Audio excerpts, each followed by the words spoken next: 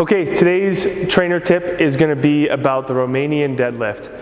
And we'll kind of show it with both legs, just the regular Romanian deadlift with both legs, and then also the single leg Romanian deadlift.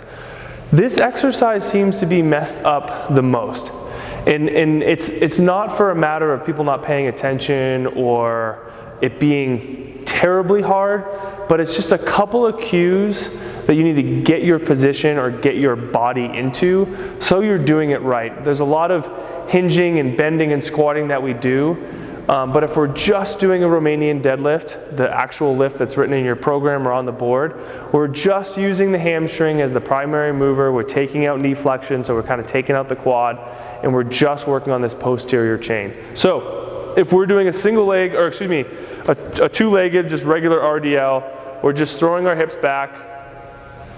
Eventually my hamstrings will stop me. I can feel it really tight.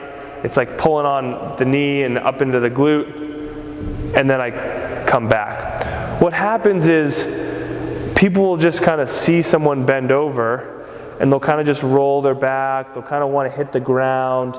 They're really not sure what to do with their knees, and we get all these different variations.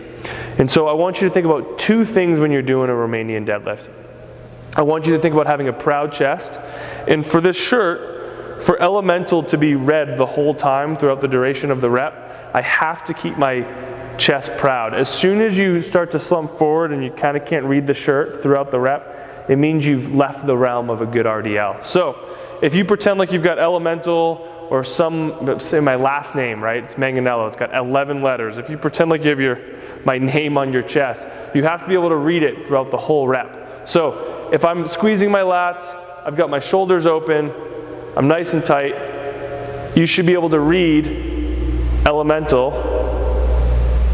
throughout the whole rep. What happens is people collapse, like I said, and they'll kind of just bend over, they'll take it right in the small of their back, and the hamstrings don't engage, okay? So, proud chest, and then all we're doing, the knees will slightly bend, but the hips are what's going back so we can get into the hamstring, and then we're coming forward.